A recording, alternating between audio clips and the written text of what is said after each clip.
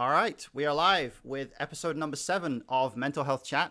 Welcome to the channel. I am Mental Health Matt, as you can probably tell, and I'm joined by my guest today, Katie Marshall. Welcome, Katie. Good to have you with us. Oh, it's wonderful to be here, Matt. Thanks Cool. for the invite. Well, I appreciate you being here. Katie, you are, am I getting this right, an assistant professor of zoology at the University of Yes. British Columbia? That's correct, right? Yep. Yes, that's Okay. absolutely right. Awesome. So for anybody who's in the chat, so by the way, hello to one of our chatters on YouTube, Digicon, who's out there. Welcome to him. Um, the challenges of academia, I think, are probably something that a lot of people aren't particularly familiar with, right? So why don't we start by you giving us a bit of an idea of what your day-to-day looks like in that kind of profession? Because I think a lot of people look at academia as this kind of mysterious thing where you're doing research and you're teaching, but no one really knows quite what goes on. Yeah, and when we talk about academia, there's lots of different roles within academia. So I'm in the role of a junior faculty member, Okay. and so, for instance, I run a lab group. So students in my lab conduct research, cutting edge research on new things, and that's sort of the norm. I'm also responsible for finding funding for funding the lab. I teach several courses to undergraduates and graduate students, so teaching is a big part of my role. And I also do things like outreach. I do, when I can, my own research here and there. Sure. And even things like governance of the university. So I'm involved in search committees where we're looking to hire new faculty. Really, we wear about 6 or 7 different hats on any given day, and that certainly leads to its own set of challenges. Yeah, I'm sure. So in terms of the stress levels that come with that, I'm assuming it's not low. Put it that way. No, depending on what study you're looking at, rates of sort of feeling overwhelmed or burnout amongst academics, depending on what whether you're looking at graduate students or faculty members, it's high. It's sort of 2 to 3 times the rates amongst the general population, and about twice the rate as other professional groups. Wow. Yeah. So that obviously puts academics kind of sort of in the crosshairs of mental health, I suppose, in the sense that being a pretty vulnerable group with a lot of pressure placed on them. So in terms of your own experiences as an academic, as coming through from the university level all the way through to where you're at now, what have been the biggest challenges for you individually in managing that career path? So I think one of the things that is really tough for academics is sort of outside of the work environment itself, is that there's sort of this expectation that you would move a lot through your life. So I moved from Ontario, where I grew up, to the East Coast. So that's kind of like moving from Michigan to like Maine. So you're really, and then I've moved from there to British Columbia, and then to the United States, and back into Ontario. Like all of us move every like 3 or 4 years is a really common sort of amount, and often across borders, both inside a country and across countries. And so that really sort of separates you from your support networks. Yeah. Yeah. And certainly, if you have any other crises that go on, so like a health crisis, or, God forbid your house burns down, you don't have those family and friends that you grew up with, right, to help out. And so that has been a really major challenge. The other are things like really high expectations. So to get a job in academia, you're always competing. And so that sense of like, you've got to be at the top, otherwise you'll never get a job. And so that sense of competition combined with the lack of job security, I think is one of the things that really, really stresses graduate students, faculty, especially pre-tenure faculty like myself out. Yeah, I'm sure it is, because I think that there's something to be said for, on the one hand, you have careers which are openly competitive. For example, for me, like as a poker player, like that's a very competitive endeavor. You're directly competing against other people, and I went into that professionally knowing that was what to expect. But I wonder whether, do you think maybe some people go into academia not really prepared for that level of competitive like antagonism between people? I don't know if it's that so much as the hard thing, especially in the sciences, I would say, is that I would argue with poker, people always say, oh, luck is part of it, but really it's strategy, right? And, of course. And whereas I would say in science, luck plays a much bigger role than you might think. Mm-hmm. And so, you know, you could work really, really, really hard and be really, really smart, and all your animals could die in the first year and you've got nothing. Yeah, geez, Right. So, that's brutal, man. I didn't even consider that aspect of it, but like, mhm, so let's talk about that a little bit mm, because you're in the zoology department, right? So, mm. what's your specific focus in obviously zoology is a huge area. So, where are you more focused? So I'm in the comparative physiology cluster. So we or we work on how organisms work. So what are the sort of biochemical mechanisms within an Mm-hmm. organism's body that leads it to be able to survive or not within its environment? I see. And for me, I'm really loving Han Solo and Carbonite behind you because I work in cryobiology. Oh, So I'm awesome. interested Okay. in how organisms survive freezing. Yeah. Awesome. Yeah. Most people who compliment that are just big Star Wars fans, but I've never had anyone compliment it because they're a scientist before. So that's great. Yeah. That's awesome. But yeah, so you mentioned there, the curious thing that struck me about what you mentioned a second ago was the idea that you're doing a project and you're working with animals, and then the animals can just die. And that, like, as a pet owner, as a father of two cats, so to speak. Me Like as well. yeah, I mean, Mom of two cats. right. The idea of like what like doing having part of your career wrapped up in these animals, and then the animals pass away, and not only do you have to deal with like an animal that you're familiar with has passed away, but it affects your career. That sounds really traumatic to me. Like that feels like it must be a really hard thing for people to deal with. When I was in grad school, I had a colleague who she had spent an enormous amount of time and effort obtaining permits, getting funding, putting everything together, did a huge trip to New Zealand to collect a huge number of stick insects, which Okay. are Mm-hmm. only found, this species she was interested in, only found in New Zealand. You know, it was an enormous amount, like months and months and months of work. Wow. She brought them back to Canada, Mm-hmm. and a couple of weeks later, the incubator died. Oh. And what happened was it heated up and basically cooked all her stick Oh my. insects.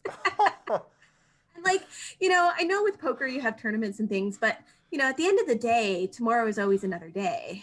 Yeah. With her, I mean, this was at that point, I think it was like 9 or 10 months of her undergraduate or of her graduate career Oh down the wow. drain, completely irreplaceable, right? And so, and you know that, you know, you're always, as you're a graduate student, you're sort of in this position where you're not making a lot of money, you're just trying to get that degree done so you can Mm-hmm. move on to hopefully a better paying stage of your life, Yeah. and that just means that she's stuck in this program for longer as well, right? Yeah.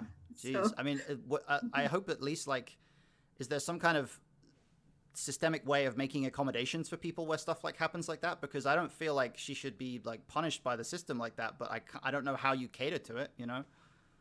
yeah, well, and certainly the COVID-19 pandemic has made things really complicated that Oh, way. I'm So sure. Yeah. our labs were shut right down. And Mm-hmm. of course, students that were working in those labs for their research projects, you know, often what that meant was that like there were mice that had to be euthanized, that maybe had been reared for like months Mm-hmm. and months, that any sort of ongoing project. And that breaks researchers' hearts when like Yeah. that, like, you know, like it's hard enough to Mm-hmm. sacrifice an animal for research, and when you don't even, you know, when the project can't even happen, like Mm-hmm. that's the most heartbreaking thing. Yeah. And Absolutely. yeah, it's awful. And I only work with invertebrates, so Mm-hmm. fortunately I'm, you know, a fruit fly or two dying I'm not too worried about. But Okay. for anyone who works with vertebrates, it's a huge issue. Yeah. And Yeah. so yeah, so our students have had a 4 month disruption, was about how much time most were kept out of the lab. Mm-hmm. And often, you know, if a project's halfway done at that point and you have this big gap, you have to start from the beginning. And Yeah. so, yeah, there's been It's a tough. lot of discussion about how to manage that, right? Like, does Mm-hmm. that mean that someone's starting from ground, you know, complete ground zero in their project? It's, yeah, there isn't a lot of, the expectation is that you would produce a good piece of research during Mm-hmm. your graduate degree. And unfortunately, what that means is sometimes people are stuck for Mm-hmm. years, right? Trying to finish these things, which is not knowing when you're going to be done is an enormous stress, like to put it mildly. Yeah, I can So, imagine. yeah. Do you think that do you think that there's a sufficient availability of help for people who are going through that type of thing? depends what you mean by help. Okay. So, Yeah, that's true. yeah. I suppose I'm referring Yeah. to more like counseling services or Mm. the mental health based support, I guess. Yeah, so that really, really depends on the institution you're at, Okay. right? So we've already got a population of people who, are often living far away from home, right? They're here by themselves dealing with the sort of stressors of things going wrong in their experiments, knowing that their degree might be delayed because of things outside of their control. And then depending where they are, the mental health supports may, again, it really depends also what the person's needs are. Mm-hmm. So for someone with like a diagnosed mental illness, they're going to need a lot more ongoing support than someone who, maybe is dealing with something stressful right now, but maybe, a few counseling sessions would be enough, right? Mm-hmm. And depending on the institution you're at, some of those things are easier to get access to than others. And I've been lucky enough that the institutions I've been at, I've been able to access counseling for the sort of Mm-hmm. short-term things that I've needed. Sure. In other cases, if someone's got, let's say an anxiety disorder and they need ongoing counseling, from the reports I've heard, those are much, much less available. So, Right, I see. yeah. Yeah, and do you think that that sort of variability in access, do you think that expands out into the wider academic sense, not just for people who are academic professionals, but for students as well? Do you think that there's kind of a lot of like hit and miss there? Oh, from everything I've read, that's entirely the case. So Mm-hmm. some institutions are really good. Most, I think, are not providing enough. Although, the sort of interesting thing, I'm speaking from Canada, and our healthcare system obviously works really differently than the United States. We Mm-hmm. have, free access to medical doctors. One thing that our system doesn't cover actually is counseling services. Oh, And interesting. so, yeah, and that's actually an enormous gap, right, in Mm-hmm. coverage, because that's but there is a sort of interesting kind of almost like a gradation, I would say, between sort of the type of help you would get maybe from a psychiatrist who Mm-hmm. can prescribe, to a psychologist, to a counselor. And we, for instance, psychiatrists are covered in the Canadian Mm-hmm. system, but not psychologists or counselors. I see. Yeah. So Yeah. there's maybe a bit more, there's a catering to the more extreme cases where psychiatric help and intervention might be needed. But if you're Mhm. if you're just going through something and you need to talk to somebody, that's the stuff that's kind of hard to access. And I think that, Yeah. obviously in the US, it's very much the case that all of the stuff is hard to access. There's not a lot of stuff that's covered by, the sort of average healthcare plan, in the sense that if you might be able to get psychiatric care, but they're going to make you pay through the nose for it afterwards. They're going to send you a bill for God knows how many thousands of dollars in a lot of cases. So the the structural challenges of mental health obviously are very different from one country to another. We have a certain amount of viewers who are from the UK, where I'm originally from, and of course that once again we have a different system there. How have you found? You mentioned that you've lived in the US in the past. How have you found maybe over the time that maybe society over the last maybe 10, 20 years has become a bit more conscious of mental health? What sort of changes have you observed in the Canada and maybe the US as well, in terms of how systems are managing things? Well, it's an interesting question, right? So certainly, I would say over the last probably 10 to 20 years, universities have gotten better, I think, at providing some of those counseling services. They're still not great. And so, I think like there may be okay for people who maybe experience a traumatic event or like just need really, really short-term care. Right.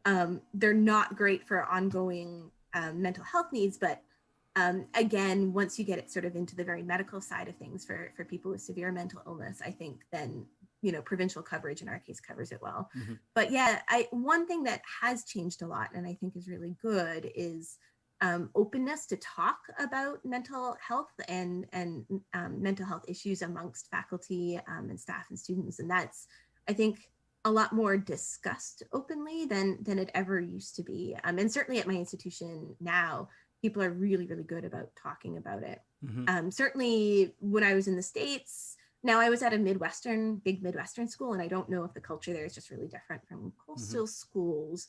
But I remember having conversations with people who would complain, for instance, that rates of mental illness seem to be much higher amongst graduate students. Hmm. And I pointed out, there's sort of two ways that could be, right? One is rates are going up. The other is it could be that people who maybe in the past had mental illnesses wouldn't have been able to complete undergraduate education or graduate school, and are now actually getting at least enough accommodation that they can make it, right? Hmm. And so um, I would also say at the undergraduate level, certainly centers for disability are, again, not great, but for instance, it's really common for me as a faculty member. Every semester I have at least a couple of students in my class who are granted accommodation from the disability services for, let's say, increased time on their exams Hmm. or more flexible deadlines and that kind of thing. And that's become very, very common. Cool. Well, So that seems like a little bit of progress that we can be thankful for. yeah, Cool. for sure. So I see we have something coming in from chat from Justine Mm, Louise Na, who I don't mm, recognize. So welcome to the channel, Justine. Thank mm, you. Thank you for being here. Hey, Justine. She says, "Hey, Matt," and hi, Katie. Katie, have mm. you heard of the ties of autism and? Are you talking? Do you mean satanic rituals? That sounds a little out there. And I was here the other day to really speak up. No, that's fine. Um, okay. I think the general gist of this question is about the ties of autism and the MK Ultra Monarch program. I don't know what that's talking about. I've heard of MK Ultra and like the CIA. Yeah, I I've heard think of that if that too, but Yeah, I I think if they were connected, we wouldn't see rates of autism increasing in other countries that didn't have the mm, CIA, right? So yeah, certainly rates that's of true. autism are increasing in Canada, and Right. or at least rates of diagnosed autism. And I think again, autism is maybe one of those situations where maybe Hmm. diagnoses are going up, but not potentially actual cases that maybe. And again, I think in some ways seeing increased rates can almost be a good thing because it's saying that people are getting the support that they need, right? Hmm. So Yeah, I think that's mm, that's a worthwhile point to mention. So Justine says Canada did the Monarch programming too. I'm just not familiar with that, and mhm, I don't know mm, exactly how to address that. But yeah, I think that's a really good point to kind of observe though, because mm, I think that the there's a certain amount of variability between different countries in terms of how mhm, mental health is handled culturally, right? And I think mhm, that something that maybe goes amiss in the US is a wider perspective on what people worldwide are struggling with and what the trends are mhm, worldwide and what people are going through worldwide. And I think that there's a bit of a reluctance to look at the global picture almost, in the sense mhm, that it's not just the US that's going through this period where people are struggling to get access to mental health services. It's not just the Western world. Even, if you look mhm, at, there's other places on the planet where, for example, actually this is an interesting kind mhm, of sidetrack here. But my wife and I looked into traveling to Asia at one point, mhm, and we looked into places like China, Japan, Korea, things like mhm, that. And in Japan, there's a lot of different types of psychoactive medications that are given for things like bipolar disorder, which we'll talk about a bit mhm, later, um, mhm. that you can't take into the country. So Oh, I the did not know some that. of some of the medications that my wife Mm, takes, mm, she's probably in the chat right now as well. mm, So shout out to her. mm. We can't go to Japan because if we were to I go had to no. Japan, the medication she takes would not be allowed in there, and Yeah, and that's medication that she takes for a condition that she needs that medication, right? yeah, yeah. And so there are Mm, parts of the world where I don't know if it's necessarily a question of the attitude towards mental health, or whether it's mm, the structural uh, adherence to a certain kind of scientific approach that is maybe a bit outdated. I don't know. But there are certain parts of the world where mental health really is undervalued, and I think that we're very prone to looking at our own environment. But I think mm, that globally we're going through a lot of ups and downs, and I think we can observe a lot of these trends in Canada, in the U.S., elsewhere as well. mhm. I don't know if Yeah, you feel like that's yeah, relevant. it definitely. And one of the things that actually I see somewhat regularly, it really breaks my heart. So we have at our institution, a lot of international students, and it's a conversation I'll have almost every semester with an international student is, hi, I'm really struggling. I think I may have issues with anxiety or depression. My family says that getting appropriate treatment for it is cheating, right? Is not working hard enough. And so, for me, like so faculty, we sort of function as kind of that first line, right? Like in some ways, I think of us as almost like mental health first aiders for undergraduate students. We're kind of the first person sometimes that they'll talk to when it comes to like looking for help, right? And so really trying to encourage students to get appropriate care is that much more complicated when there's sort of cultural or family expectations on what mental health is and sort of often they'll say, well, my family says it's just a weakness. And I'm like, yeah, it's a weakness that, biochemistry happening in your brain. We can deal with it with appropriate treatment. Right. Right. And so, it's really like, it breaks my heart every time. And, there's only so much that I, as a faculty member, can do. And I also don't want to sort of overstep boundaries with a student. Right. But certainly, encouraging them to talk about mental health and to take it seriously like any other health issue, I think is really important. So, yeah, absolutely. Yeah. I think that the more that we reach the point where people are as open about going through a mental health issue as they are about, I broke my leg, I fell over and broke my leg, obviously that kind of thing is visually, it's visible. When someone's on crutches, you can see that they've injured themselves. But the fact that mental health issues are not necessarily as visible as others, I think that, a lot of the time leads us to keep things uptight, keep things under wraps in ways that, we may be better off if we didn't, and I think that one interesting thing that comes to mind as well as a whole is the something that Smithy's kind of mentioning in chat. So welcome, Smithy, Smithy885. I think there's a fundamental shift happening in the culture of the UK. The British stiff upper lip is now very much frowned upon rather than being a sign of strength. Yeah, certainly. That's something that I've always struggled when I lived in the UK. I moved to the US 3.5 years ago. I struggled with that kind of attitude of culturally, it was like, you don't talk about things, and I do think it's getting better now, but when I grew up, that was very much the case. Do you think that mentality of don't share things, stiff upper lip, do you think that kind of bleeds into Canada a little bit as well? Oh yeah, for sure. And certainly, I mean, I think Canadian culture is a sort of weird mix of kind of American and UK, probably more on the American side than we like to admit. But, I do think that stiff upper lip was kind of a bit of a cultural norm. And certainly some of the ways that I was raised were more, don't complain, just kind of, keep calm and soldier on sort of deal, right? And so it's been really good. At least one of the things that I think is a strength of academia is we tend to be much more, I think, open to a new evidence, right? At least ideally. And so it's been really good to see amongst academics that this is much more of a conversation than it used to be. But again, it's a conversation I have regularly with my students. I'm a fairly young academic, so for me, times have kind of, they've already changed, right? And I don't know for more senior academics. I've definitely seen amongst my colleagues a lot of willingness and openness about talking about mental health. So I think that's been a good thing. But the sort of downside to all of that is I think sometimes what ends up happening is a way of kind of dealing with mental health issues in academia becomes very much about sort of Band-Aid solutions. Like, right. If we're all just open about talking about mental health, or, here, let's take a yoga class, that's somehow going to solve the sort of structural issues that also lead to issues with mental health, I think. Right. It's fundamentally, it's great to have a yoga class, and that's definitely part of self-care. It's a good thing.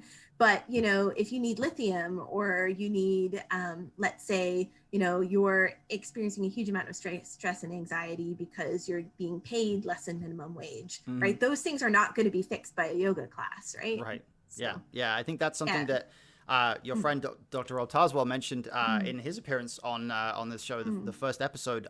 He talked about a sort of a model that encompasses both three things: the biological factors, the psychological factors, and the sociological factors that contribute to the development of an individual's mental health over time and how things shift.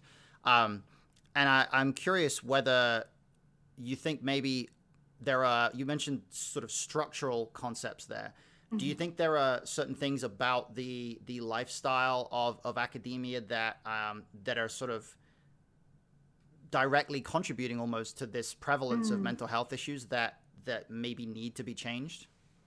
Yeah, certainly the expectations around moving, I think, are certainly one of them. And moving, we know, is actually a really big stress for anybody. Yeah. And so imagine, in my case, I think I've moved 6 or 7 cities over my career, right? Like it's hard.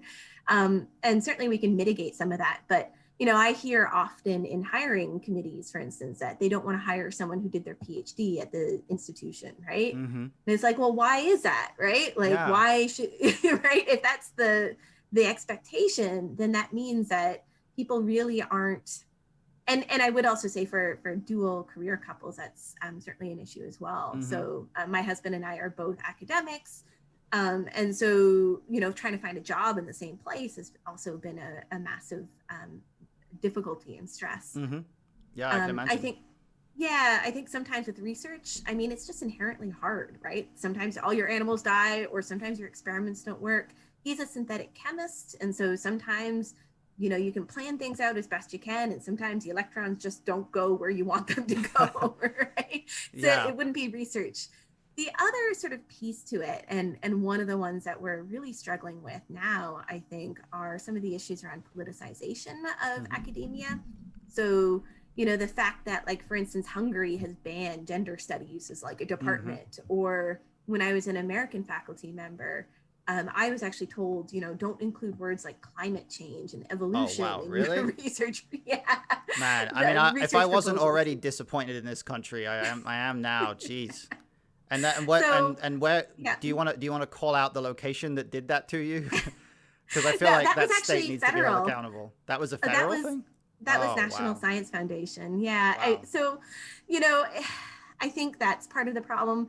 And with that, certainly having, people like Sarah Palin saying, hey, this research is not important. Why are we funding fruit flies and grants, right? So things like that certainly bring an awful lot of stress to researchers. But with it, and I think more importantly, has been the really sort of decrease in funding that's been going on. So, for instance, the graduate fellowships in Canada that help fund graduate student salaries, they've remained at the same level since I was a grad student. So that was 13 years ago. And so now they're well below minimum wage. And that's what someone is expected to live on for the entirety of a year, right? And so some of the structural issues are around the fact that people are just not making enough to live off of. And that's gotten worse over time. Yeah. So that sounds like it makes academia sound a bit like a melting pot, which is just designed to engineer mental health issues. It's like if you wanted to create a group of people with mental health issues, you'd take a bunch of really smart people and put them in an environment where they have to move around all the time, and there's a lot of stress on them, and they have to teach, but they also have to do their own career stuff. It just seems like and then you underpay them on top of it. Yeah, and then you underpay them. Yeah, exactly. And it's funny because I did my own. It's funny you mentioned that point about universities being unwilling to hire people from that institution, so they don't allow that continuity of career. Because I saw that in my own master's degree. Like, I had people that I studied with who were looking for a position at the university in which they studied, and they weren't able to get one because the university was saying, well, no, we want like fresh minds in here. We don't want people who've learned from the teachers that we already have here. We want a cultural, a diverse culture of people who learn from elsewhere. So there was this expectation that people that I was studying with, they were thinking, well, like, this particular university where I'm happy, is the least likely place to hire me in my profession, and it's like, it seems insane. It seems insane because it's like we're asking people to put themselves in an environment where they're going to be they're most likely going to be less productive and less effective than they would otherwise be because they're forced to move around. And yet we have this idea that forcing people to move around is going to change the culture of the place in a way that's going to actually make for better research or better development of the university itself. And that seems like two very conflicting things. It seems like it's like a self-defeating thing. Is that fair to say? Yeah, I absolutely agree. And some of the pressures of academia, I think, come from this idea that we want to have the ideas be as good as possible, and to do that, we need to hire new people, and we need to, for instance, have very high expectations on the research that's produced.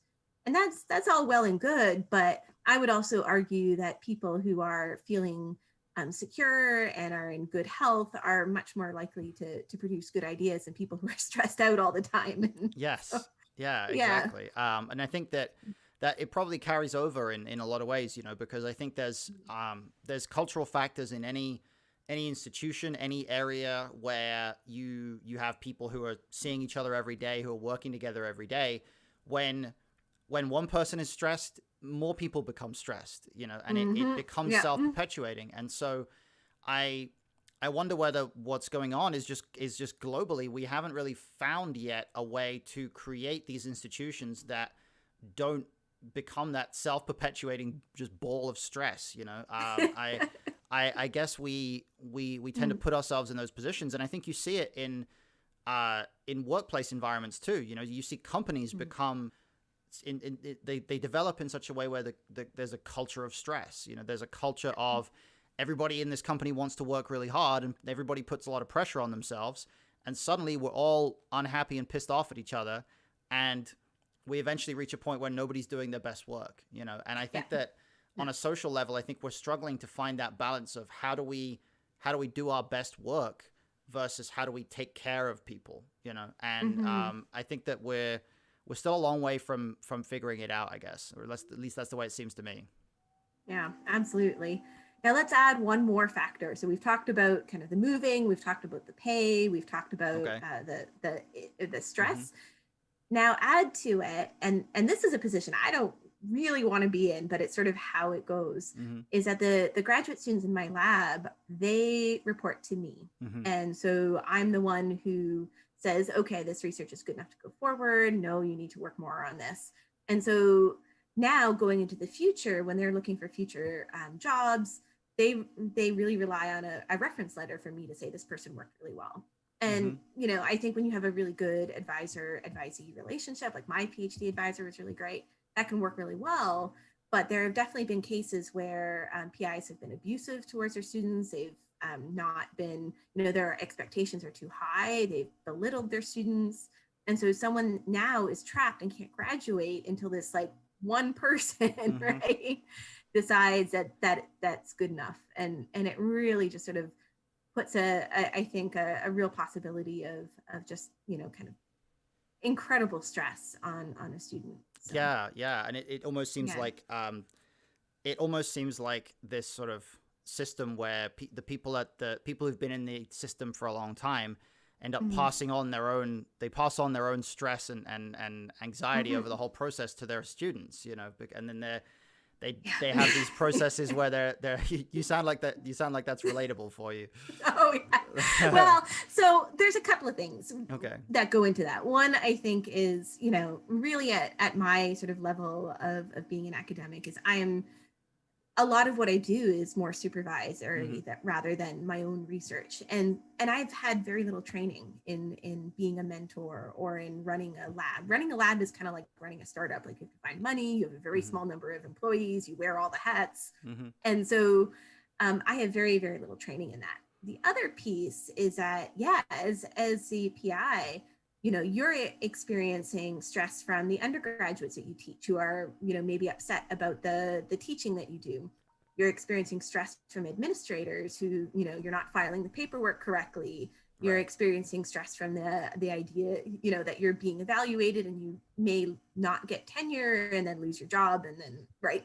And so the sort of you're kind of in the middle of this sort of the middle person of all of this stress. And so for me, actually figuring out when I'm in a place where I need to focus on my own mental health is when I start noticing that my patience is not as good as it should be with my students, right? Because everyone's learning, and and so I really have to be really careful when I feel like I'm in that place where I'm just not having the patience that I really should for people who are still learning. Right. So, yeah. I guess if you ever feel like you're just like, just stop asking me these dumb questions. If you ever feel that, maybe it's like, yeah, that's a major red flag. Yeah, exactly. Yeah. Smithy has a really great point in the chat. He says, and teachers certainly aren't allowed to exhibit vulnerabilities to students, which seems like a unique workplace where enforced emotional distance is the norm, in my teaching experience. Anyway, maybe that's just me. No, I don't think this is just you, Smithy. I think it's very common for teachers to be in a like, and I say this as someone with teaching experience myself, it's very common to be in a position where you feel like it's your job to know everything, right? It's your job to know everything and be fully competent in everything, and never have any like slip ups where you forget something or you're disorganized or whatever. And I think that emotional distance kind of goes along with that, right? Because the more you have to try to put on a persona of I'm the teacher and I know everything, the harder it is to then be vulnerable and say, look, guys, I'm stressed out just like you are right now, et cetera, et cetera. Do you feel like that's the same for you? Yeah, certainly with my graduate students, I think it's becoming more of a cultural norm that it's more of a mentor-mentee relationship. Right. And so there I feel I wouldn't share everything by any means, because there's also this weird power dynamic, right? And it's not my students' job to make me feel better, right? But I do think it's important in like sort of a mentorship way to say, hey, I've struggled with anxiety and I've struggled with other, I've needed counseling, and to actually be upfront and honest about that, I think is really important.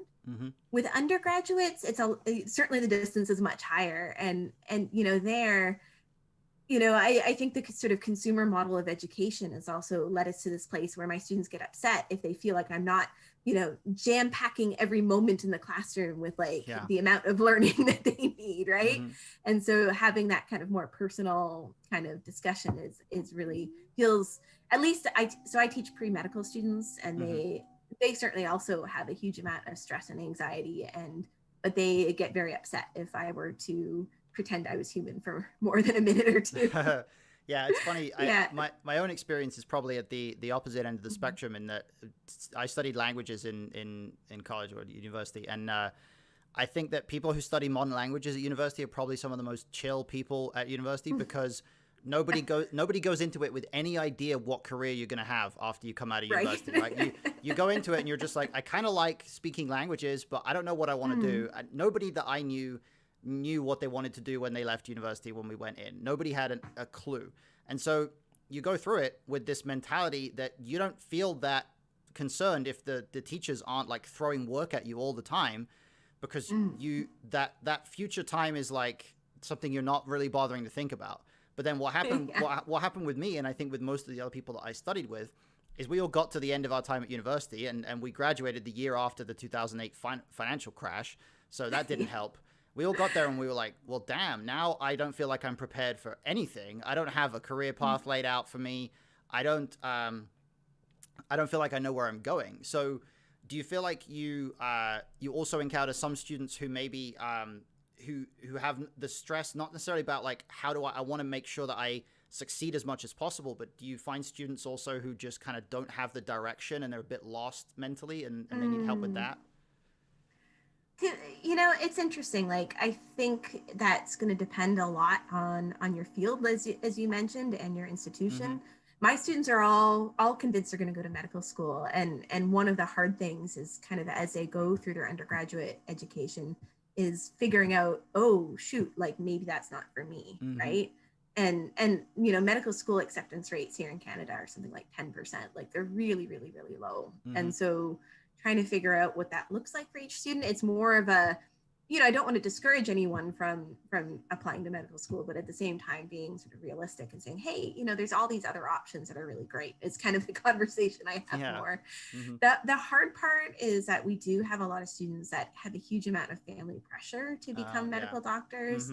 And so sometimes the other conversation I have is, my family is expecting me to be a medical doctor. I don't know if that's what I want, and sort of helping them navigate that. And that's a huge amount of pressure. Mm-hmm. So my husband grew up, he immigrated to Canada as a young kid. Mm-hmm. His parents are both medical doctors. And they're like, we went through all of this, right, to give you a good life. Right. Why are you not going to medical school? Yeah. Right. Oh, wow. So that's rough. Yeah. That's very rough. It is super, super tough. And I like, it's another one of those conversations that I just find so hard. And just to kind of, at least my job is to kind of lay out the options and say, hey, this is what this might look like. But sure, you know, there's at some point also, I'm not a trained counselor. I'm not, someone who, I certainly have read a lot about mental health issues, and like certainly I encounter them all the time in my job, but they're not. I can't fix bad family dynamics, right? Mm-hmm. So, that type of stuff is beyond our it's beyond our remit, I suppose, as people who want to help. It's more like that's what a therapist has to do, and things like that, So looking at the chat, Justine says, great interview. Thank you, Justine. I'm glad you're enjoying it. So Digicon also says, I was in college recently, but had to leave because the college weren't supportive or flexible enough with their classes with my mental health. It's just their way or the highway.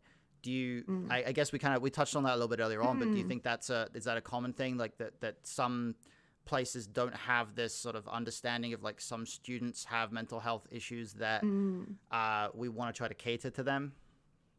So it depends entirely institution by institution.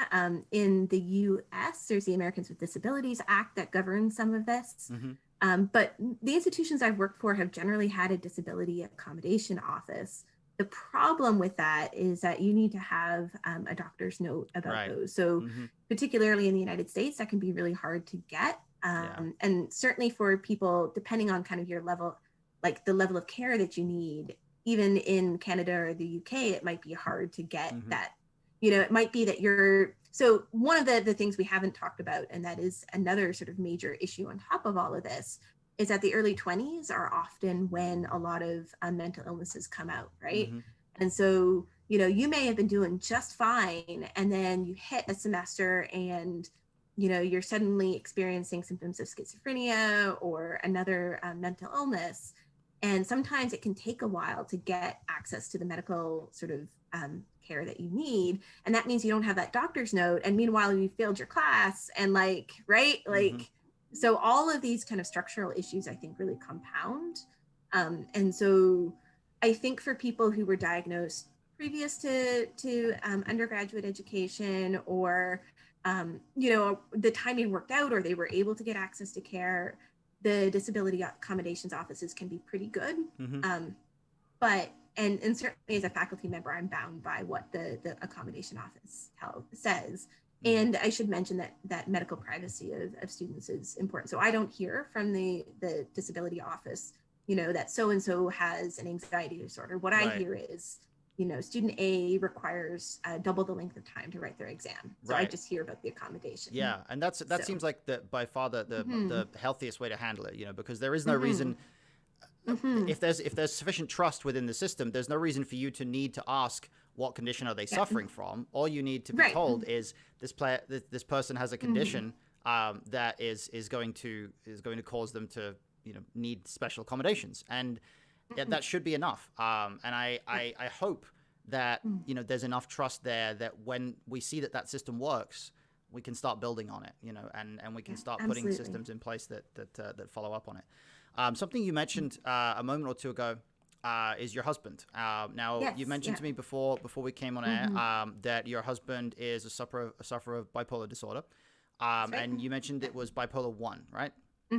Okay. So for anybody in the chat who may not be familiar, and I don't know if how much of an expert you are on this, but what are the differences between bipolar 1, 2, and 3? Could you give us a quick Sure. idea? So the big, I actually don't know bipolar 3. I know 1 and 2. Okay. So are you meaning like cyclothymia is bipolar 3? I don't know what I'm meaning. I just might be different terms. My wife told me there was a third one recently, and I just put the 3. I put the 3 in there. Right. So it may not it may be a different thing. I don't know, but Yeah. let's start So with it would be bipolar 1 versus 2, let's say. sure. So both bipolar 1 and 2 sufferers can experience bouts of depression, and those can be for months at a time, depending on the particular subtype. The big difference between 1 and 2 is mania versus hypomania. So hypomania is kind of this state where you're like the direct term is arousal, but really the medical term, but really it means like you have more energy. You'll often be sleeping less. You'll be more energetic. You want to do lots of things, lots of goal-directed behavior. And with mania, that gets to the point where it's actually debilitating. And so sometimes people will be dancing out in the middle of nowhere. In my husband's case, it actually comes with psychosis. So he loses track of kind of reality. He has a lot of delusional beliefs. And it can actually become very, very dangerous. So there's been cases where people are suffering from mania and have jumped off the balcony, not because they're suicidal, but because they think they can fly. And so that complete break from reality is a medical emergency when it gets to that point. Yeah, definitely. So yeah. And so cyclothymia, on the other hand, is, from what I understand, so if you kind of think about like depression is kind of a decrease in mood, and mania is an elevation of mood.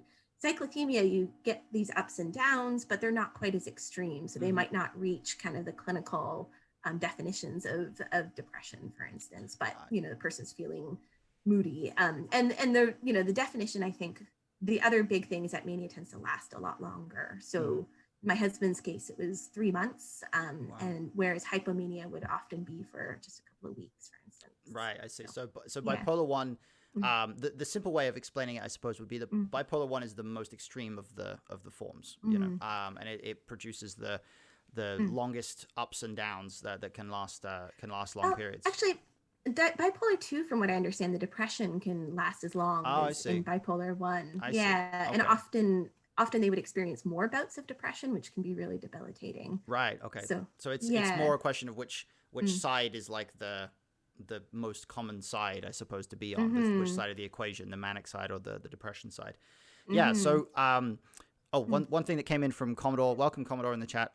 Some accommodations may not be reasonable and may be expensive, like a private tutor. Yeah. I mean, I think in any instance, it requires conversation between the parties involved in order to figure out what's reasonable, right? And I'm sure that there's a dialogue that exists between everybody responsible, where you have to try to figure out what accommodations can we make to somebody that are going to help.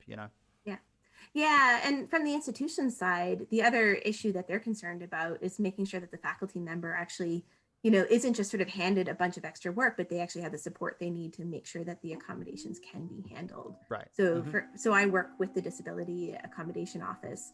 If they say this person needs this, it's up to the office to supply those things rather than me, because they're going to do a much better job than I can in a lot of cases. So, right. Exactly. Yeah. So, Craig Hammond, welcome. Welcome in the chat. Commodore says, anybody ever play Oblivion? There's two. Oh, okay. So that's just a game reference. I haven't played Oblivion, but I've beaten it. Oh, really? All the Elder Scrolls games, I love them. Okay, Yeah. so you probably are familiar with that then. I'm guessing that's very, very well known to you. So let's go back to your husband a little bit, because myself, my wife, who's probably watching right now, she has bipolar 2. And as a family, there are ups and downs that are associated with that. And I as you kind of mentioned before we got on air, we don't want to speak about other people's experience on their behalf necessarily, but there are processes that anybody deals with, or that anybody puts in place as a family when one person or when both parties have mental health ups and downs that help to make sure that the sort of the routine can be maintained of what's needed to keep everybody healthy and to keep the relationship healthy and things like that. What do you think have been the things that you guys have introduced as a family that have helped a lot with dealing with what your husband goes through? What kind of coping strategies, I guess? Yeah, and it's funny because it's something, so he had a major manic episode when we were in undergrad, and we didn't actually know what it was. He was diagnosed with an atypical delusional disorder, but they didn't, and that's a common thing with bipolar type 1, is it's often mistaken for like a schizophrenia or a delusional disorder of some kind. And so it's only been in the last, it was almost exactly a year ago that he received the type 1 bipolar diagnosis with Wow. another Okay. episode. Mm-hmm. Yeah, yeah. And that's actually like to have, so he's just had this very long period without sort of major manic episodes.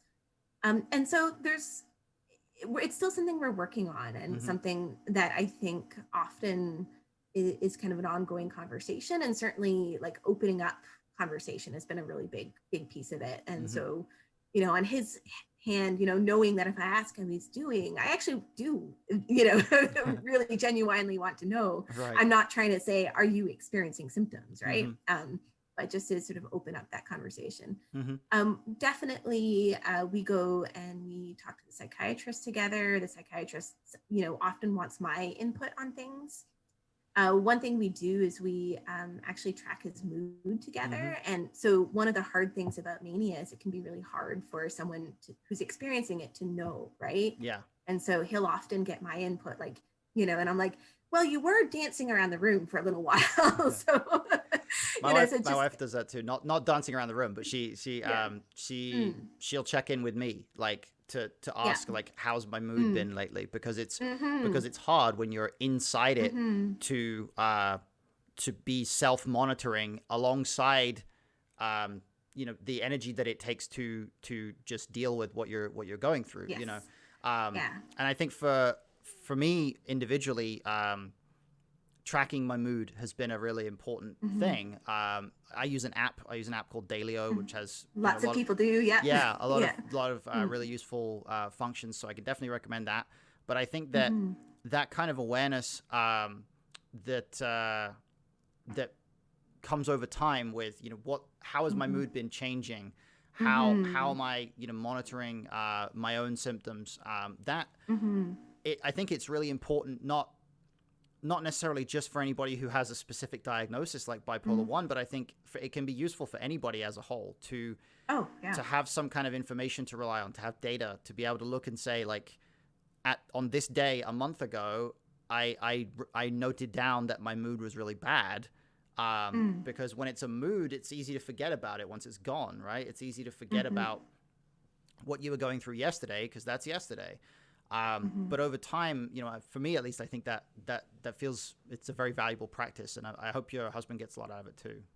Yeah, and the other thing that I've learned a lot is that depression lies. So depression will tell you that the way that you're feeling now is the way that you've always felt, the way you're always going to feel, and it's never going to change. And so one of the things that we do, because he's really been finding the depressive symptoms have been much more to the forefront lately, is actually looking back on his log and say, hey, you felt really good on these days, right?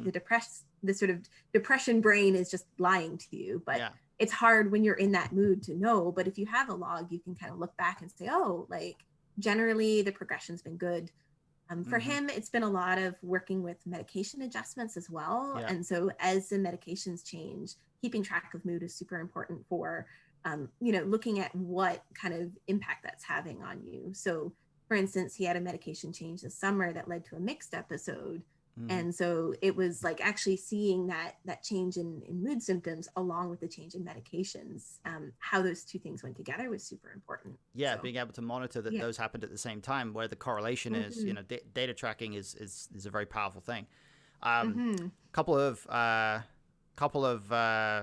comments in the chat. 08 Grinder says hello, going to be listening in moving forward. Awesome, welcome, thank you for being here.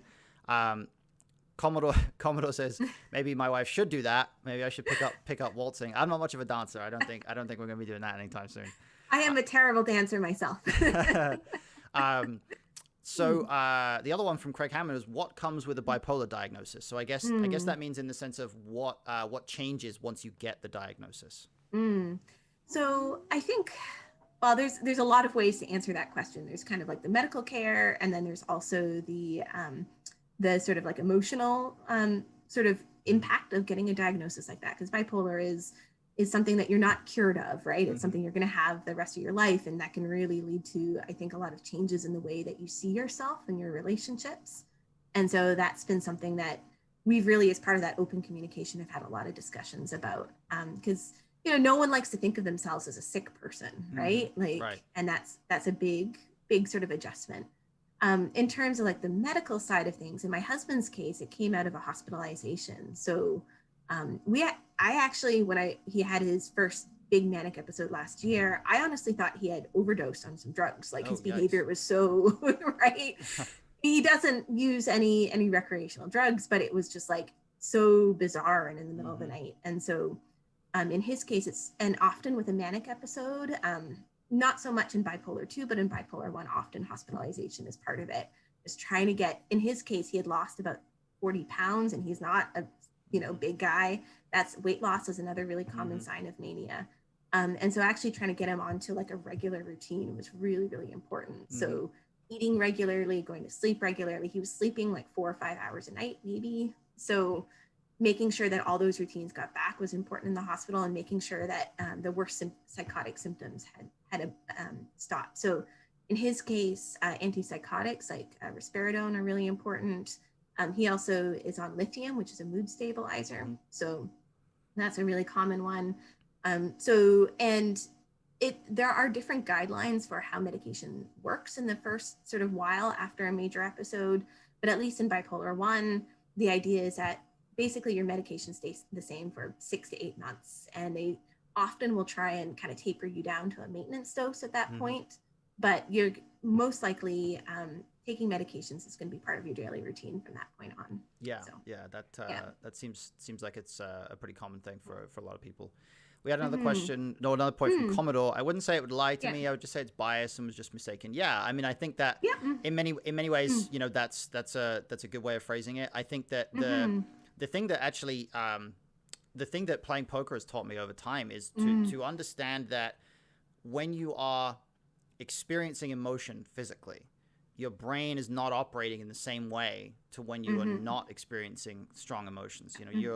If you're experiencing depression, the things your brain is doing are different, and the evaluations that your logical brain is making about what's going on around you are different. So even when it feels like your logical brain is looking at a situation and saying, this situation is bad, or I am bad, or something is happening that is bad, and you think that that's a logical evaluation of what's happening, the fact is that depression is influencing your brain in a way that causes your logical brain to just completely malfunction. And so you're not able to get that unbiased perspective.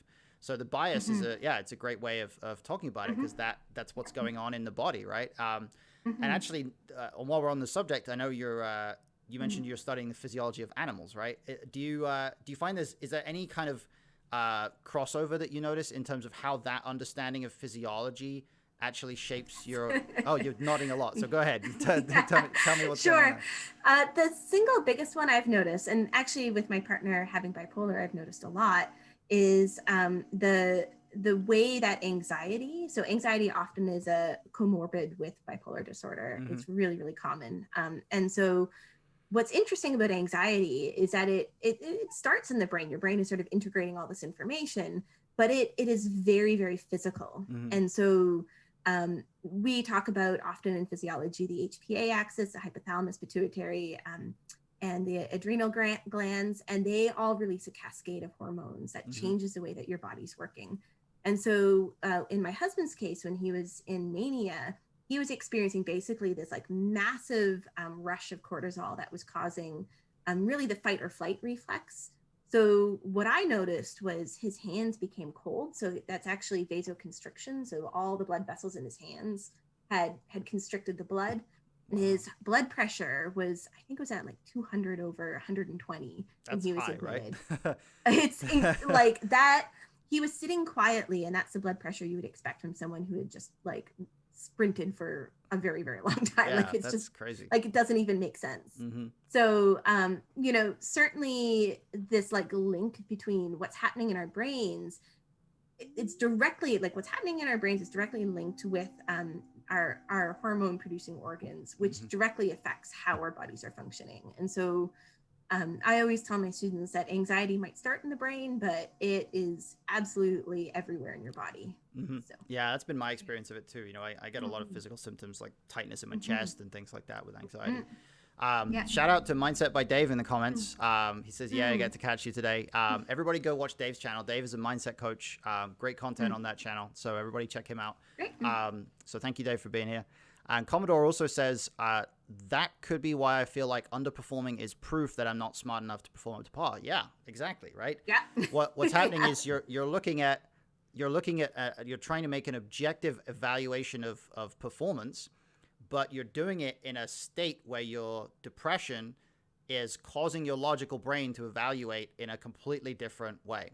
And this is why, for me, in my own career, the thing that has been the most impactful for me the last year or two is I now recognize that my performance as a poker player for large portions of my career has been influenced greatly by my mental health. It's been influenced by depression, by anxiety. And that at times when I felt like I was underperforming because I was just underperforming and I wasn't, playing well enough, I wasn't learning enough, I wasn't studying enough, I wasn't getting better, actually what was happening was depression or anxiety was influencing me in a way where playing poker was a terrible idea at that point because my logical brain was just not functioning in the way that it should. And then the worst part is it becomes self-reinforcing. So you see that you're not performing as well as you should, and that can feed the depression right alongside, right? Yeah, and then that's the thing, and there's a funny kind of sense of perspective that comes with pulling yourself out of that, because once you're once you're out of it, and in my case, getting out of it was a product of being on medication finally for the first time in my life. You can look at it and you'd be like, wow, I can't believe I thought I was making rational decisions back then, So it's crazy how much that can affect things. Oh, absolutely. And Dave says, what was just said about comorbidity with bipolar and anxiety was very representative of my experience. Yeah. I think that, my wife, Cricket Pinkball, might be in chat. I'm not sure if she's in chat or if she's just lurking, but she would probably second that as well. I can second it on her behalf, I think, because I think these days, anxiety is a common part of that, and it seems like I certainly think in 2020 at least we're all experiencing a lot of anxiety, right? Yeah, for sure. Hello, Pony in the chat, Dr. Pony to 2020, welcome.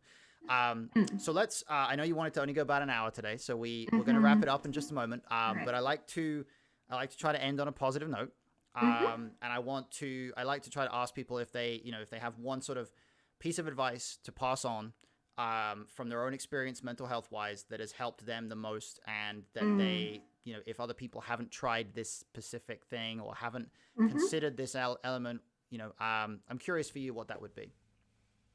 So once upon a time when I was an undergraduate student, I was really feeling a huge amount of anxiety about my research, and I felt like I wasn't good enough. And my advisor told me something that sort of sticks with me today, and it's a little bit silly, but sometimes silly things I think are good. And he said, and it was actually interfering with my sleep a lot. And he said, did you hurt anybody today? And I was like, no. He's like, then you deserve to sleep. Everyone deserves to sleep. So that's great. And I like that. Yeah. And so I think the idea is that, as much as it's so easy to hold ourselves to these standards, be gentle with yourself, right? And that you are enough and you deserve, the basic things that everyone deserves, a good meal, a chance to sleep and relax. Yeah, absolutely. I think that's fantastic advice. I wish someone had said that to me like 3 years ago, because I spent probably a couple of years just not really being very nice to myself in that regard. And, it's easy to overdo it. It's easy to just say, I'm going to sit on the couch all day and I'm going to eat, trashy food. And then you feel like crap at the end of it. But just being nice enough to yourself to be able to say, I'm not going to beat myself up about the fact that I didn't accomplish all my life goals in one day. That is, I think, a really important thing. So, I think that's a great place to end it on. So we're going to wrap up right here. Stick with me, guys, because I'm gonna going back into like another depression, anxiety AMA after this. But in the meantime, thank you very much, Katie. Really appreciate you being here with us. Happy to have you back on again at some point later on as well. If we want to have another conversation, because I'm sure there's more we can talk about. But I won't keep you any longer. I know you're a very busy woman. So thank you. Take care. And we'll see you soon, hopefully. It's been a pleasure. Thank you for the invite. Thank you for being here. All right. Cool. Okay, guys. So that was Katie Marshall. Thank you very much to Katie for being here. Really interesting conversation, I think. Tapped into a lot of tapped into a lot of experiences that I had in college and university. Yeah, really interesting conversation about a lot of the the structural issues that maybe are inherent with the university environment, with the academic environment these days. So I'm curious what you guys think. We're gonna go into, as I mentioned, another depression anxiety AMA. So we're gonna have an opportunity to get involved in some more discussion, have some Q&A going on. But in the meantime, before that, I need to very, very briefly hop offline because Streamlabs is a huge pain in the ass. And for some reason, I can't exit Zoom without it losing my webcam for some reason. So I'll be offline for like 5 seconds and I'll be